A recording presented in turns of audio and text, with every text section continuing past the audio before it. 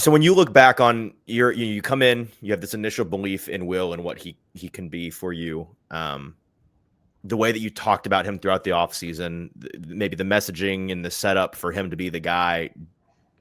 Are you surprised it didn't work out? And do you wish you had done any of that differently? No, I think it's one of those things that you just, Will's in a new system, a new way of doing things. A lot of, everything about Will in the offseason portion was encouraging in the sense that he was getting a new system down, handling the verbiage, the play calls, the process, the huddle. All that was good. You see Will's physical talent. He's big and strong and tough. He can throw the ball.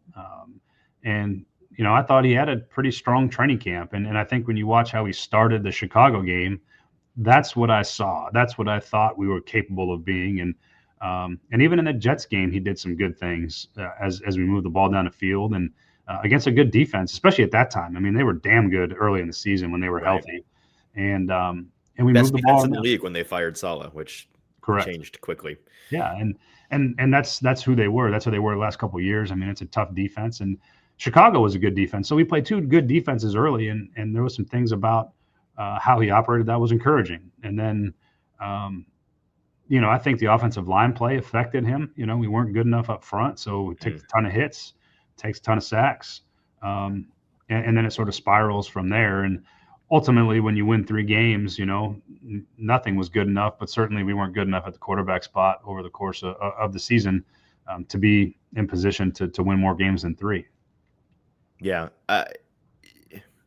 So I guess in hindsight, is there a little bit of square peg round hole with Will? Do you feel like the way that he plays quarterback was ever or is ever going to be a great fit with the way that you want to play offense?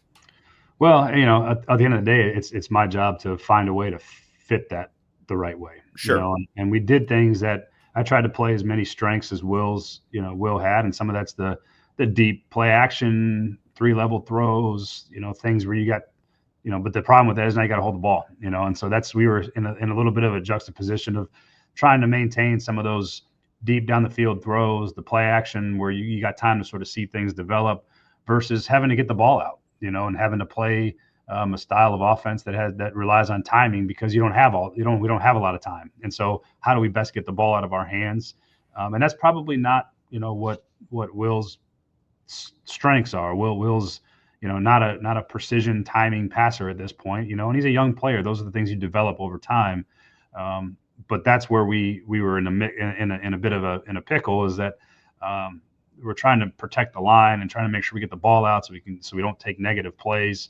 And you're mixing that with what Will does well, which is throw the ball down the field. And it takes time to get down the field. You have to protect to get down the field. And I thought we did at times a really nice job, and then at other times it was not nearly good enough. And that to me is the biggest difference, is that we were trying to deal with a couple of different issues. Again, not just Will in terms of what he does and what he does well, but we were sort of caught in between. And I think that did Will a bit of a disservice too, to not be able to play to his strengths. So again, not trying to fit a square peg in a round hole, if you will. It was more trying to manage where our deficiencies were offensively and try to best put us in position to have success. And is that necessarily Will's strengths at this moment? No, Will's strengths is being able to get down the field and throw balls deep and deep sail routes and post routes and comebacks and things like that. And we had to manage both of those things at the same time, which I think was challenging both for us offensively and for Will. This pertains to Will, but it's also just a general question. When you misevaluate a player, how does that, as an evaluator, how does that affect how you look at the position going forward?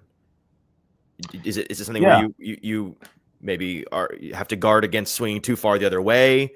Does it radicalize you against certain things? How does that affect your ability to move forward and find somebody that will work for something?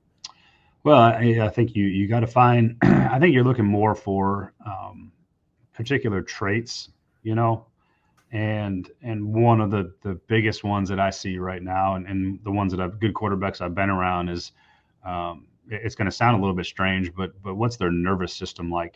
What is it? What do they look like when things break down? How do they operate when the pocket is muddy? how do they operate under critical duress and critical pressure? You know, those are the things that I look at. And how does their brain essentially respond? You know, how does their body respond to those stressors?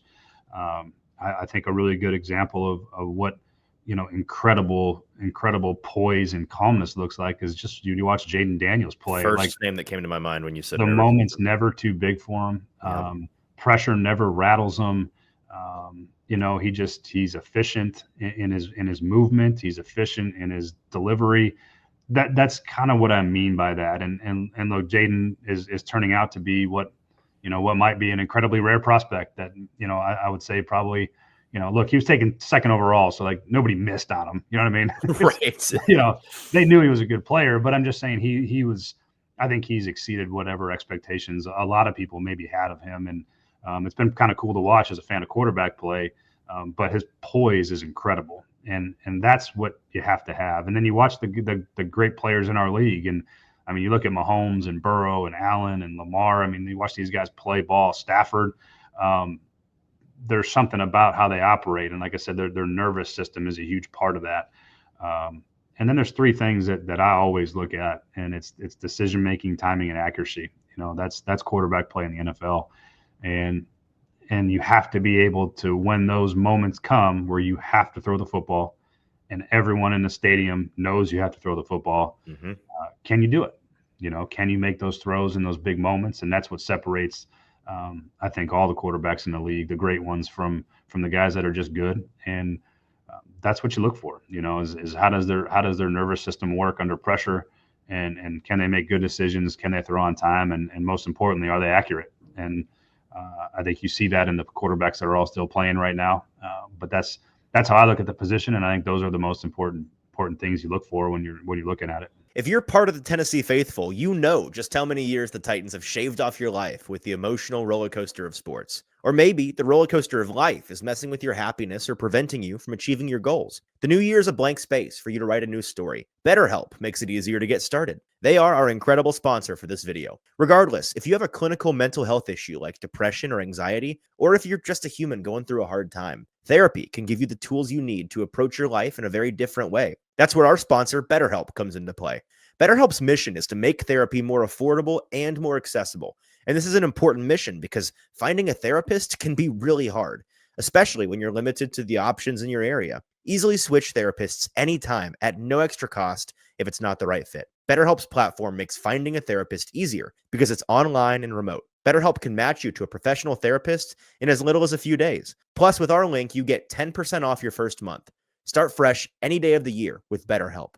Click the link in the description or go to betterhelp.com/ATOZ sports and get 10% off your first month of therapy with BetterHelp.